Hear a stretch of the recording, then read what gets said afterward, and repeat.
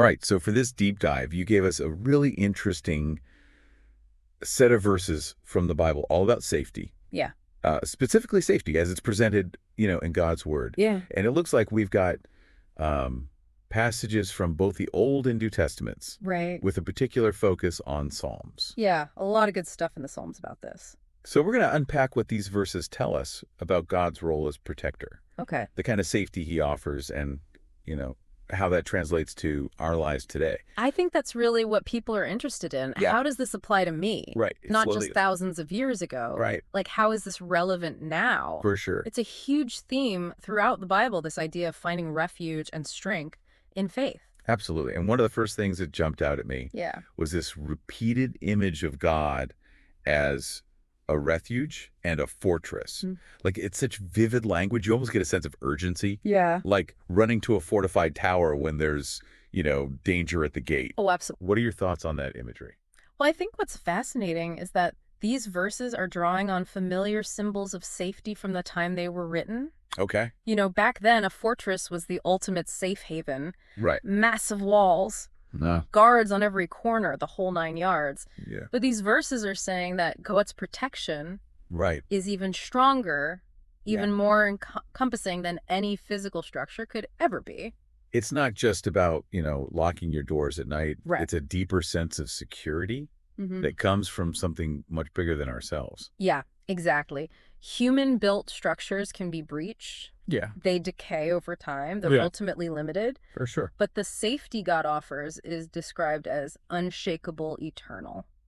Wow. It's a whole different category altogether. So that's where faith comes in, right? Yeah. It's not enough to just have a strong fortress. You have to choose to believe in its strength and seek refuge within its walls. Exactly. Like in Isaiah 26.3. Oh. It says, you will keep in perfect peace those whose minds are steadfast because they trust in you. Oh, that's a good one. I feel like that suggests a real connection between trust and experiencing true peace, even when the world around us feels chaotic. That verse highlights this idea that true peace isn't dependent on external circumstances. Oh, interesting. But an internal state of being rooted in trust. Okay. Would you agree with that? Yeah, I think so. It's almost like a challenge to our typical understanding of peace. We tend to seek peace by controlling our environment, eliminating stressors. Yeah. But this verse points to a different path.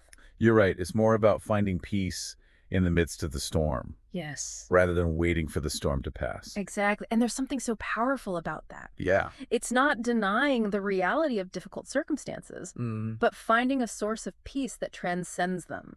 And this idea that faith can actually impact our well-being. Yeah. This isn't just some ancient concept, right? There's modern research Absolutely. that suggests a real link between spirituality and mental health. There are studies that have shown people who have a strong faith tend to experience lower levels of anxiety and depression. That's amazing. Greater resilience in the face of stress. Wow. And just an overall increased sense of well-being. Yeah. There's a growing body of evidence that suggests faith can be this powerful coping mechanism, providing hope and purpose, even when times are really difficult. So it's not just about, feeling good. It's about having a source of strength that can actually help us navigate the challenges of life. It's about tapping into this wellspring of resilience that empowers us to face adversity with courage and hope.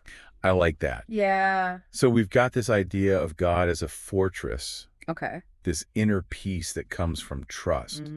But what about actual protection from harm? Yeah, good question. There are a few verses here about God shielding his people from danger. Right. Like Psalm 34.7. Talks about the angel of the Lord camping around those who fear him. Yeah. It's almost like having an invisible bodyguard. It is a very striking image. Right. It paints this picture of God's constant watchfulness over his people, intervening on their behalf. Wow. But it's interesting to note that the Bible portrays God's protection in a lot of different ways. Oh, okay. Sometimes it's very direct, like sending angels or parting seas. Right, those big dramatic moments. Exactly. Yeah. But other times it's about giving people the strength and wisdom to overcome challenges, to endure trials, and emerge from hardship stronger than before. So it's not always about avoiding hardship. It's about having the support to face it head on. Precisely. Sometimes the most profound protection is found not in the absence of difficulty, Oh, wow. but in the presence of a strength that empowers us to persevere. That's a perspective I hadn't really considered before. Yeah. It's not always about being shielded from the storm. Right. But about being equipped to weather it. And there's a deep sense of empowerment in that. Yeah. It's not about being passive recipients of protection. Right. But about actively participating in our own resilience, drawing on the strength that God provides. And that brings us to another fascinating concept. Okay. Eternal security in Christ. John 10:28-29. All right. Is incredibly powerful. Yeah. Jesus says, no one can snatch them out of my hand. Wow. It's like the ultimate safety net. Yeah. The promise of unwavering protection that extends beyond this earthly life. I think this passage is so incredibly significant for a lot of Christians. It speaks to this unbreakable bond between Christ and believers, a love so profound that it just transcends the boundaries of time and space. It's a concept that offers a really deep sense of comfort. Right. Especially when we're confronted with the fragility and uncertainty of life. Absolutely. Knowing that there's a love that holds us secure even in the face of death. Yeah. That's incredibly reassuring. Yeah. It speaks to, I think, the deepest longings of the human heart. Wow. This yearning for belonging, for a love that never fades, for a security that can't be shaken. But even with all these layers of protection, there's still the question of navigating life's, twists and turns. Right. How do we actually live this out? Exactly. And that's where Psalm 23.1-4 comes in. All right. With that beautiful image of God as a shepherd. Yeah. Guiding his flock to safety. It is such a powerful metaphor. Right. It evokes a sense of gentle guidance, of being led through challenging terrain by someone who knows the way. Yeah. Someone who cares for our well-being. It's like having a divine GPS. I love that. That helps us navigate not just physical dangers, right, but the emotional and spiritual ones too. It is a reminder that even when we face difficulties, yeah, we're not alone. God is with us, guiding us through the valleys, leading us towards green pastures. Which doesn't necessarily mean avoiding the valleys altogether, right? No, not at all. It's about trusting that even in those difficult places, there's a purpose, a plan, and a shepherd who's walking alongside us. That's key. This guidance isn't about bypassing hardship. It's about navigating it with a sense of purpose and trust. It's almost as if the valleys themselves are part of the journey towards safety. That's good. Part of the process of growth and transformation. That's a really profound insight. Thank you. It challenges us to reframe our understanding of safety. Okay. To see it not as the absence of difficulty, but as the presence of a guiding hand that leads us through it. Wow. Shaping us along the way. So we've got these incredible images. Yeah. God as a fortress. Okay. A source of inner peace. A protector from harm. Right. A shepherd who guides us. Yeah. But what does all of this mean for us today? That's the big question. Yeah. And I think it deserves further exploration. Yeah. But let's delve a bit deeper into the practical implications of these ideas and see how they can inform the way we approach life's challenges and uncertainties. That sounds good to me. Let's do it. It's easy to read these verses and think like, okay, God is my protector, Yeah. He'll just keep me safe. But right. I think there's a deeper level of engagement here. Okay. It's not just about passively receiving protection. It's about actively aligning ourselves with God's will. So it's not like a magic shield. Right. That just protects us from all harm. Exactly. We actually have a role to play. Yes. In this whole safety thing. Absolutely. True safety comes from walking in step with God. Okay. Trusting that He knows the path that leads to our ultimate well-being. And, sometimes that path might lead us through some difficult terrain. Right. But we can face those challenges with courage. Yeah. Knowing that we're not walking alone. That makes me think about, seeking God's guidance. Yeah. Not just in moments of crisis. Yeah. But in our everyday decisions. That's a key part of it. Yeah. It's about cultivating this posture of surrender. Okay. Acknowledging that, our wisdom is limited. Right. And inviting God's perspective into our lives. Like having a divine compass. Exactly. Always pointing us towards true north. Always pointing us in the right direction. Yeah. Yeah. So it's not about waiting for God to just magically solve all our problems. Right. It's about actively seeking his guidance. Yes. And then taking those steps. Yeah, taking those steps. In the direction he's leading. It's about embracing the adventure of faith, Yeah. Knowing that Even when we encounter challenges, we're not alone. Right. And those challenges can ultimately lead us to greater growth and resilience. As we're talking, I'm noticing this concept of safety in the Bible. Yeah. It seems to go beyond just personal well-being. Right. Like Psalm 34 talks about God delivering the righteous from oppression. Mm-hmm. It makes me think about the social dimension of safety.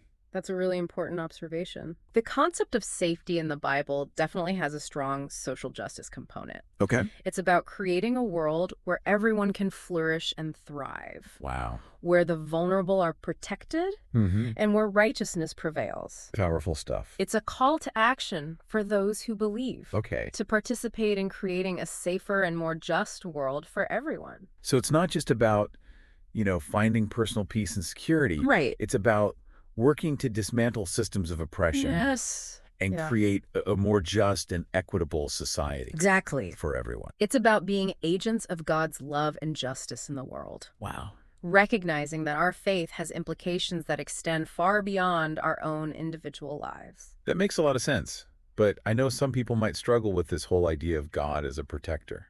I understand that. We see suffering and injustice all around us. Yeah, it's everywhere we look. How do we reconcile that with this idea of God as a source of safety? It's a question that people have wrestled with for centuries, and there's no easy answer. Right. But I think it's crucial to understand that God's protection doesn't always mean preventing hardship. Okay. Sometimes it means giving us the strength to endure it, the wisdom to learn from it, and the hope to rise above it. So it's not about being shielded from pain, but about being equipped to face it. Exactly. And sometimes God's protection comes in the form of community. Well, that's a good point.